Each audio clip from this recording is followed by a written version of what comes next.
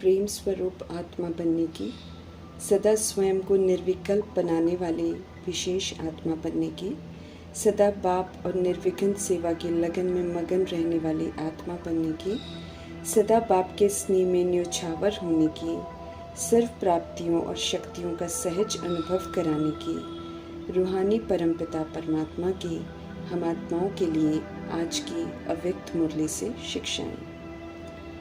सदैव आत्म अभिमानी, सदैव विदेही निराकार परमपिता परमात्मा हम आत्माओं को भी देह अभिमान की बदबू से मुक्त होकर रूहानियत की खुशबू से संपन्न हो, रूहानी खुशबू फैलाने वाले रूहानी गुलाब बनने की विधि और वरदान देते हैं। देह भान से मुक्त रूहानियत फैलाने वाले आकर्षण मूर्त बनने का वरदान प्राप्त करते हैं। देभान और अभिमान आत्मा को बदसूरत बना देता है। ऊंची समर्थ स्मृति से आत्मा समर्थ बनती है। इसलिए मीठे परमात्मा समझ देते हैं कि सदा स्मृति रहे कि हम भगवान के बगीचे के रूहानी गुलाब हैं, अर्थात सदा सोल कॉन्शियस हैं। सदा 7 गुणों की रूहानियत कायम रहती है, अर्थात सदा पवित्र, सदा शांत, सदा सुखी, सदा प्रेम, सदा शक्ति, सदा आनंद, सदा ज्ञान स्वरूप की खुशबू में स्वतः ही रहते हैं। उनके पास स्वतः ही इन गुणों की खुशबू समाई हुई रहती है और स्वतः ही सभी प्रति समान रूप में फैलती है। कोई देह का भान नहीं रहता बीच में। रूह के भान में सदा परमात्मा से कनेक्टेड रहते हैं और सभी रूहों प्रति रूहानियत की खुशबू फैलाते रहते हैं और प्रभु संग संबंध जुड़ जाए, सभी का ऐसा आकर्षण मूर्त बन जाते हैं। संगम युग में आत्मा के स्वधर्म में रहकर सभी को सुख देने वाले खुशबूदार व आकर्षण मूर्त बनते हैं। इसलिए यादगार में जड़ मूर्तियाँ बनती हैं उन आत्माओं की जो आत्म अभिमानी हो पाठ बजाते हैं और जो रूहानियत की खुशबू फैलाते हैं। उसके यादगार में मंदिरों में अगरबत्ती से खुशबू करते हैं। संगम युग में प्रभु की याद में जो भी आत्माएं श्रीमद् प्रमाण चलकर परमात्मा की मददगार बनती हैं, उनके यादगार ड्रामा में स्थूल रूप में बनते हैं। प्रदर्शन पर चिंतन पर दोष की पतन की बीमारी के तीनों पर काट कर उपकार करने के पर लगाने को कहते हैं। समझ देते हैं कि ये पर उपकार का कार्य तब कर सकते हैं जब हम श्रीमद् प्रमाण स्व परिवर्तन करते हैं, अर्थात आत्म अभिमानी सतोगुणी और सतयुगी बनते हैं। स्व परिवर्तन से ही विश्व परिवर्तन करने के निमित्त बन सकते हैं। जब तक स्व का परिवर्तन नहीं, तब तक विश्व के परिवर्तन के कार्य में हम मददगार नहीं बन सकते हैं। ये मीठे परमात्मा हम आत्माओं को स्पष्ट करते हैं। तो स्व परिवर्तन से विश्व परिवर्तन के निमित्त बनना है और अपने आप को सजाओं से मुक्त करना है। संपूर्ण पवित्रता ज्ञान का फाउंडेशन है। इस प्रति ध्यान खिंचवाते हुए बाप दादा हम आत्माओं को समझ दे रहे हैं कि ये उनकी विशेष पसंदगी है। इसलिए किसी भी तरह की पवित्रता में त्रुटि नहीं रह जानी चाहिए। पूरी संपूर्ण पवित्रता, मन वचन कर्म की संपूर्ण पवित्रता धारण करनी है। ध्यान खिंचवाते हैं प्रभु की सिर्फ ब्रह्मचर्य ही पवित्रता नहीं है, बल्कि पवित्रता की और गहराई है जिसे यथार्थ समझना है और उसे धारण करना है। तो बाप दादा प्यार के सागर परमपिता परमात्मा हम आत्माओं को संबोधित कर इशारा दे रहे हैं कि हमें प्यार का स्वरूप बनना है, अर्थात हर आत्मा के प्रति ये रूहानी प्यार हम आत्माओं के मन में होना चाहिए। ये नहीं कि किसी के प्रति है तो किसी के प्रति नहीं है। इस विधि से नहीं चलना है, बल्कि प्यार का स्वरूप नेचुरल बनना है। प्रभु से प्यार के सागर, प्रभु से प्यार प्राप्त करके उस प्यार को सभी आत्माओं के बीच में बांटना है। तो बाप दादा हम आत्माओं का ध्यान खिंचवाते हैं कि अगर हम प्यार में समाये हुए हैं तो हम प्रभु के बहुत समीप हैं, और समीप हैं तो फलक से हम कहते हैं कि बाबा हमारे साथ हैं। लेकिन साथ साथ प्रभु हमसे ये भी पूछ रहे हैं कि हमें चेक करना है कि क्या हम उन्हें सदा साथ अनुभव करते हैं या फिर हमें ढूंढना पड़ता है। कोई भी पूछे कि परमात्मा कहाँ है, तो क्या हम अनुभव कर सकते हैं कि वो हमारे साथ है। तो ये चेक करना है कि क्या हमने उन्हें अपना साथी बनाया है, क्या हम उन्हें सदा अपने समीप अनुभव करते हैं या नहीं। एक सेकंड भी क्या हम उनके बिना रह सकते हैं। कहने को तो हम सभी आत्माएं कह देते हैं कि हमें प्रभु से 100% प्यार है, लेकिन परमपिता परमात्मा हम आत्माओं से पूछते हैं कि अगर 100% प्यार है तो फिर जब माया आती है तो फिर 100% प्यार कैसे हो सकता है। 100% प्यार करने वाले तो निरंतर प्रभु के साथ होते हैं, और जो प्रभु के साथ होते हैं वहाँ माया आ नहीं सकती है। तो इस विधि से हमें चेक करना है कि क्या अगर माया आती है तो हमारे प्यार में ज़रूर परसेंटेज में कमी है, तो उस परसेंटेज को पूरा करना है, क्योंकि परसेंटेज को पूरा करेंगे तो हम आने वाले समय में माया के वार से बच सकेंगे। प्रभु को शिकायत है कि हम आँख में चौनी का खेल खेलते हैं। यूँ कहते हैं कि हम प्रभु हमारे साथ हैं, लेकिन कई एक बार प्रभु देखते हैं कि हम उनसे किनारा कर लेते हैं, हम उनसे विस्मृत हो जाते हैं और माया के वशीभूत होकर, माया के प्रमाण चलकर अपनी कमी कमजोरियों को यूज़ करके उदास हो जाते हैं, उनके गुलाम बन जाते हैं।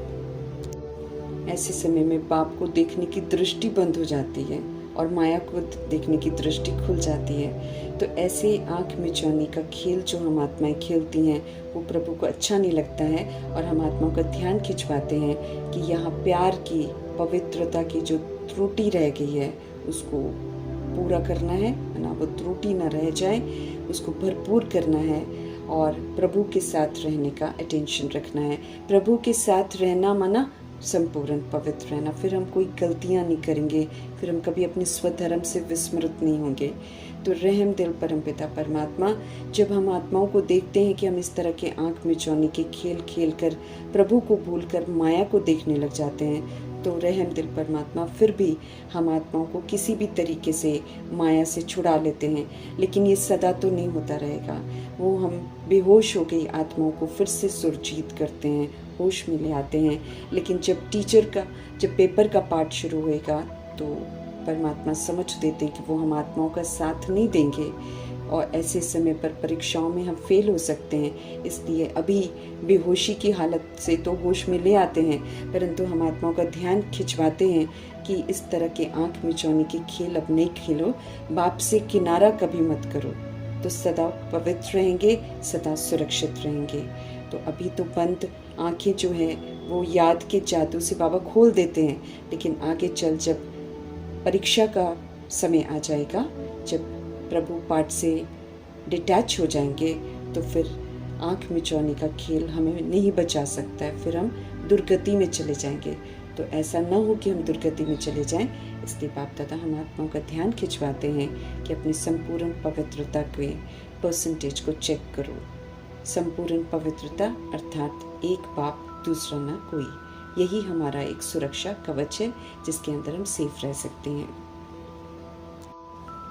अगर हम यूं ही कह दें कि हमें 100% प्यार है प्रभु से, तो ये नहीं माना जाएगा, क्योंकि ज्ञान मार्ग में सिर्फ बोलना नहीं देखा जाता है, बल्कि सोचना, बोलना और करना एक समान देखा जाता है। तो अगर हम कहते हैं कि 100% प्यार है, तो फिर हमें सबूत देना पड़ेगा, और सबूत देने के लिए बाप दादा कहते हैं कि अपने आप को चेक करो, क्या आप समान बन गए हो, क्योंकि बाप समान बनना माना प्रभु से 100% प्यार होना। समझ देते हैं कि समान और संपूर्ण बनने में टाइम नहीं रह गया है, अभी जो समय है उसी समय के अंदर रहते हुए हमें समान और संपूर्ण बनना है। भविष्य के लिए अगर हम सोचते कि समान और संपूर्ण बन जाएंगे, तो बाप दादा हम आत्माओं को सावधान करते हैं कि ऐसा मुमकिन नहीं होगा।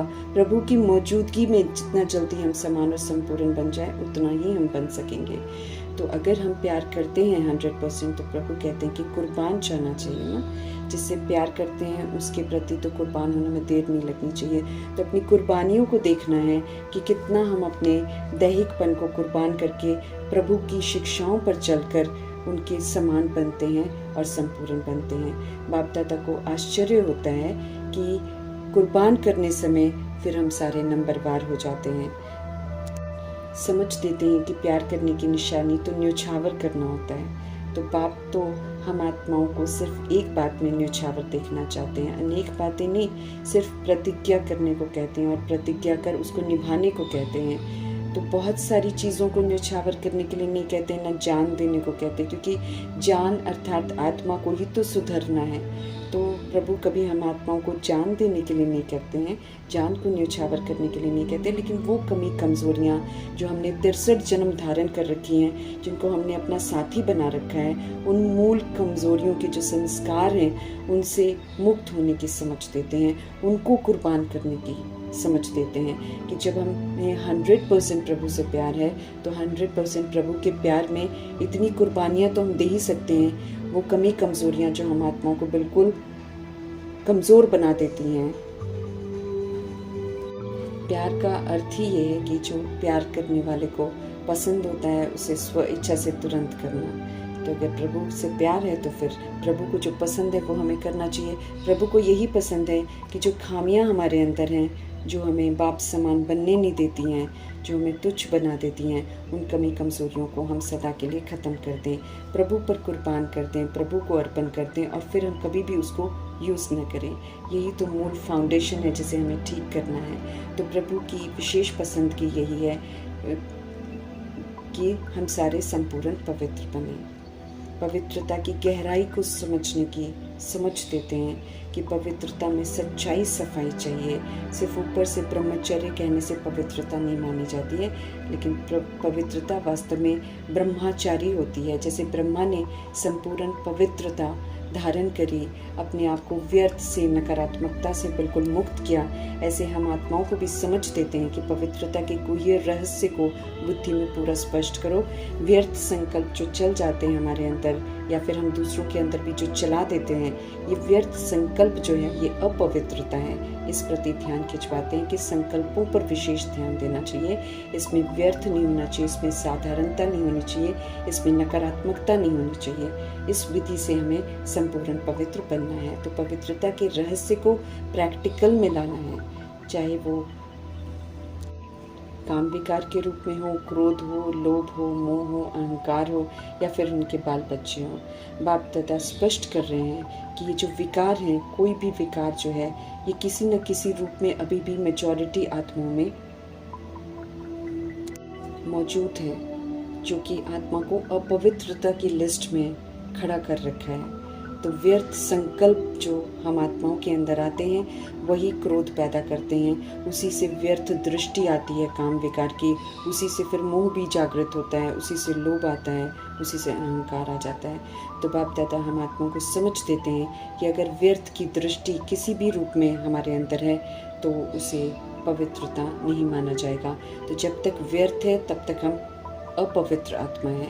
ध्यान खिंचवाते हुए बाप दादा बोल रहे हैं, व्यर्थ संकल्प जो है आपके अंदर है उसे बाप के पीछे न्यौछावर कर दो। कोई कितना भी कहे कि हम पवित्र हैं, कोई कितना भी कहे कि हम प्रभु से 100% प्यार करते हैं, बाप दादा हम आत्माओं को समझ दे रहे हैं कि उनके पास सभी का चार्ट है और उन चार्ट को देखकर बाप दादा ये स्पष्ट कर रहे हैं कि पांचों ही विकार व्यर्थ संकल्प के रूप में मेजॉरिटी के अंदर चलते हैं। ये क्यों, ये क्या, ये ऐसा होना नहीं चाहिए, ऐसा होना चाहिए, ये कॉमन बात बाप दादा सुनाते हैं कि ज्ञानी आत्माएं भी जो हैं, जो ज्ञान रोज चिंतन करती हैं, मनन करती हैं और दावा करती हैं कि ज्ञान में चल रही हैं, उनके अंदर भी ये अभिमान या विशेषता को लेकर कोई भी गुण या कोई भी विशेषता जो प्रभु की देन है जिसको धारण करते हैं उसका वो अभिमान कर लेते हैं और ये अभिमान अपवित्रता है। समझ देते हैं कि अभी भी आत्माओं में नाम की, मान की, शान की, पूछने की, आगे बढ़ने की, इंचार्ज बनने की, सेवा में विशेष बात देने की, इस तरह की कमियां, इस तरह के व्यर्थ संकल्प जो हैं वो खुद को ज्ञानी आत्मा कहने वाली आत्माओं में भी हैं। लेकिन प्रभु ध्यान खिंचवा रहे हैं कि ये जितनी भी बुरी आदतें हैं, ये जितने भी व्यर्थ संकल्प हैं, ये सारे नुकसान कर रहे हैं और हमें अपवित्र आत्मा के लिस्ट में ला रहे हैं। तो दिनचर्या को नोट करने की समझ दे रहे हैं कि इस अभिमान को और अभिमान के कारण जो अपमान अनुभव होता है कि मेरे से कम क्यों या मेरे से ज़्यादा होना चाहिए या मुझे ज़्यादा मान मिलना चाहिए, इस तरह की जो कमी कमज़ोरियाँ हैं जो अभिमान और अपमान के रूप में सब में मौजूद हैं, मेजॉरिटी में मौजूद हैं, ये व्यर्थ संकल्पों का कारण है जिसे न्यौछावर कर देने में ही हम आत्माओं का भला हो सकता है। कल्याणकारी परमपिता परमात्मा हम सभी आत्माओं का ध्यान खिंचवा रहे हैं, चाहे कोई टीचर हो, चाहे कोई विद्यार्थी हो, चाहे कोई महारथी के रूप में हो, चाहे घोड़े सवार हो, चाहे प्यादे हो, हर आत्मा को परमपिता परमात्मा का फरमान है कि राज्य भाग्य लेने का टाइम जो है ये बड़ा सीमित है, ये ज़्यादा समय नहीं है। तो अगर नारायण के साथ पाठ बजाने की इच्छा है तो ये जो कमी कमज़ोरियाँ हैं, व्यर्थ की, अभिमान की, अपमान की, इसे न्यौछावर कर दो और फिर अवस्था का पोता मेल प्रभु को ज़रूर देना है। अवस्था के पोता मेल में प्रभु स्पष्ट करते हैं कि विस्तार नहीं होना चाहिए, सिर्फ व्यर्थ संकल्प किस परसेंटेज तक न्यौछावर किए हैं उसका समाचार प्रभु को देना है। 50% किया है या 100% किया है, इस तरह के न्यौछावर के बारे में समाचार ज़रूर देखकर बाबा को देना है और स्पष्ट करें बाबा कि इसके अतिरिक्त अगर कोई लंबा चौड़ा लिखता है तो प्रभु उसे उसी वक्त अलग कर देंगे, फाड़ देंगे, स्वीकार नहीं करेंगे। तो हिम्मत करके हम आत्माओं को समझ देते हैं कि अपने आप को व्यर्थ से मुक्त करो, अभिमान और अपमान से मुक्त करो। समझ देते हैं कि जिस लगन से हम भागते भागते मधुबन जाते हैं मिलन मनाने के लिए, उसी लगन से हमारा ध्यान पुरुषार्थ की तरफ भी होना चाहिए। और पुरुषार्थ किस चीज़ का करना है कि पुरुषार्थ मेरा नाम बाप समान बनने में पहले हो। ये पुरुषार्थ प्रभु हम आत्माओं का देखना चाहते हैं, बाप समान बनने का पुरुषार्थ होना चाहिए। पवित्रता का फाउंडेशन पक्का करने की तरफ ध्यान खिंचवा रहे हैं। जैसे ब्रह्मा बाप ने पवित्रता के कारण, एक नवीनता के कारण कितनी गालियां खाई हैं, ऐसे पवित्रता के फाउंडेशन को पक्का करना है। सिर्फ ब्रह्मचर्य का व्रत नहीं बल्कि ब्रह्मचारी बनना है। जैसे मन वचन कर्म की पवित्रता ब्रह्मा ने धारण करी थी, ऐसे हम आत्माओं का भी ध्यान खिंचवा रहे हैं कि अब सिर्फ बचपन के खेल नहीं खेलने हैं, आँख मिचौने के खेल नहीं खेलने हैं, बल्कि वानप्रस्थ स्थिति में जाने की तैयारी करनी है। ब्रह्मचारी बनना है, इस पवित्रता को चेक करना है। और प्रभु हम आत्माओं का ध्यान खिंचवा रहे हैं कि दृष्टि वृत्ति की जो पवित्रता है उसको विशेष अंडरलाइन करना है, क्योंकि ये मूल फाउंडेशन है। अपने संकल्पों को शुद्ध बनाना है, जिसे ज्ञान स्वरूप बनाना है, शक्ति स्वरूप बनाना है। उसमें ज्ञान की झलक होनी चाहिए, ज्ञान की धारणा होनी चाहिए, वो शक्तिशाली होनी चाहिए। अब सिर्फ हमें शुद्ध, शुभ, समर्थ, कल्याणकारी संकल्प ही करने हैं। इसके अतिरिक्त अन्य कोई भी संकल्प व्यर्थ, साधारण या नकारात्मक हमारे अंदर नहीं होना चाहिए। किसी भी तरह का कोई प्रश्न नहीं होना चाहिए। पता नहीं जैसा शब्द कभी यूज़ नहीं होना चाहिए। पवित्रता की शक्ति को यूज़ करना है। पवित्रता में दृढ़ता हो, पवित्रता में सकारात्मकता हो, कल्याणकारी भावना हो, इस बात पर विशेष ध्यान खिंचवा रहे हैं। बाबा कहते हैं कि पवित्र आत्मा कभी प्रश्न नहीं करेगी कि क्या करें, हो गया, हो जाता है, चाहते तो नहीं है। इस तरह के कमज़ोरी के बोल पवित्र आत्मा के बोल नहीं है। तो हमें चेक करना है कि हमारे कमज़ोर बोल नहीं होने चाहिए, सदा समर्थ बोल होने चाहिए। मुरली अपने आप में समर्थ संकल्पों का खजाना है, जिसे समर्थ तरीके से हमें यूज़ करना है। समझ तीनों कालों की देकर प्रभु ने हम आत्माओं को त्रिकालदर्शी आत्मा बना दिया है। हमें पता है कि हम अपने कर्मा के जो परिणाम है उसको भुगतते हैं और वही कर्मा हमारे रिकॉर्ड होते हैं, वही कर्मा को हम पुनः रिपीट करते हैं। तो हर बात की समझ देकर प्रभु ने हम आत्माओं को जिम्मेवारी लेने को कहा है। हम आत्माएं अपने कर्मा के लिए खुद ही जिम्मेवार हैं। तो जिम्मेवारी को समझते हुए, त्रिकालदर्शी बनते हुए, हमें अपने संकल्प बोल कर्मों को प्रभु की श्रीमत प्रमाण अब यूज़ करना है। उसमें किसी भी तरीके का करेक्शन ना हो, किसी भी तरीके का क्वेश्चन ना हो, किसी भी तरीके का कोटेशन ना हो, कोई रिएक्शन, कोई रिजेक्शन ना हो, बल्कि श्रीमत के प्रमाण अडिग होकर अपना पाठ बजाना है। परवश जो हम हो जाते हैं माया के, वो प्रभाव दिखाई नहीं देना चाहिए। समझ देते हैं कि अगर महारथी भी गलती करते हैं तो उस वक्त वो महारथी नहीं है बल्कि परवश आत्मा है। तो ऐसा नहीं देखना है कि कोई महारथी गलती कर रहा है तो हम भी गलती करें, लेकिन बाप दादा कहते हैं जिस समय वो गलती करता है वो परवश आत्मा है। परवश आत्मा के कर्मा को नहीं देखना है। परवश वाला तो कहीं ना कहीं लहरों में, माया की लहरों में लहरा जाता है, तो उस रूप में उसको नहीं देखना है कि वो महारथी है तो हम भी कॉपी कर लें। वो महारथी उस समय नहीं है। इसलिए हमेशा ध्यान रखना है कि व्यर्थ जो है उसको बिल्कुल नहीं अपनाना है, चाहे कोई भी आत्मा करती हो। व्यर्थ की समाप्ति का नया खाता शुरू करना है। अब हम आत्माओं के किसी भी एक्ट में, किसी भी बोल में, किसी भी दृष्टि वृत्ति में व्यर्थ नहीं होना चाहिए, सदा समर्थ होना चाहिए। हम पवित्रता के सागर परमपिता परमात्मा की संतान है, तो अब हमारी सोच, बोल, कर्म पवित्रता के सागर परमपिता परमात्मा की श्रीमत प्रमाण ही होना चाहिए। इसमें कोई भी किसी भी तरीके की बहानेबाजी नहीं चलेगी। ये परमपिता परमात्मा हम आत्माओं को स्पष्ट करते हैं। अब हमें समझ देते हैं कि वो किसी भी तरीके का कारण नहीं सुनना चाहते हैं, क्योंकि हर कारण का उन्होंने निवारण बता रखा है। तो अब हम आत्माओं का ध्यान खिंचवा रहे हैं कि कारण नहीं, अब निवारण स्वरूप बनाकर निवारण स्वरूप बनकर दिखाओ। किसी भी तरीके की समस्या है तो वो समस्या के अधीन होकर समस्या का स्वरूप नहीं बनना है, बल्कि प्रभु ने हम आत्माओं को हर समस्या का समाधान बता रखा है। तो उस समस्या का समाधान करके हमें समाधान स्वरूप बनना है। परमपिता परमात्मा हम आत्माओं का ध्यान खिंचवा रहे हैं कि प्रकृति भी अब थक गई है हम आत्माओं के उल्टे कर्मा देखकर। तो वो अब एटलीस्ट वो आत्माएं जो प्रभु से पढ़ती हैं उनसे उम्मीद नहीं रखती है कि वो इस तरह की गलतियां करें, बल्कि वो चाहती है कि समर्थ बने। तो उनकी प्रकृति की जो पुकार है वो भी परमात्मा स्पष्ट करते हुए बता रहे हैं कि अब उसकी ताकत सारी खत्म हो गई है, वो और पालना नहीं कर सकती है इतनी करोड़ों की आबादी की, क्योंकि सब उल्टे मार्ग पर चल रहे हैं, सब अपवित्र बन गए हैं। तो अपवित्र आत्माओं की पालना करने की शक्ति अब प्रकृति में नहीं रह गई है। इसलिए प्रभु पिता परमात्मा की शिक्षाओं पर चलने वाली जो प्रकृतिपति आत्माएं हैं, जो प्रकृति का सहयोगी बन सकती हैं, उन आत्माओं को अर्जी कर रही है प्रकृति कि अब तुम जल्दी करो, अर्थात संपूर्ण पवित्र बनकर इस ड्रामा को समाप्त करो, अब इसको देरी नहीं करो। तो ध्यान खिंचवाते हुए प्रभु फिर हम आत्माओं का ध्यान संपूर्ण पवित्र बनने की तरफ खिंचवा रहे हैं, ताकि हम जल्दी जल्दी संपूर्ण पवित्र बने, प्रकृति की मदद करें, स्व परिवर्तन करें और विश्व की परिवर्तन करने का रास्ता खोलें। सृष्टि का परिवर्तन हम आत्माओं के कारण रुका हुआ है। तो इस विधि से अपनी जिम्मेवारी को समझते हुए स्व परिवर्तन करना है, संपूर्ण पवित्र बनना है और सृष्टि परिवर्तन करने में प्रभु का मददगार बनना है, प्रकृति का भी मददगार बनना है, जल्दी सतो प्रधान बनना है, फिर ये सृष्टि परिवर्तन हो जाएगी। बाप दादा गुलजार दादी के तन की तरफ भी ध्यान खिंचवा रहे हैं कि इस तन को भी चलाना पड़ता है, चले नहीं चले लेकिन चलाना पड़ता है।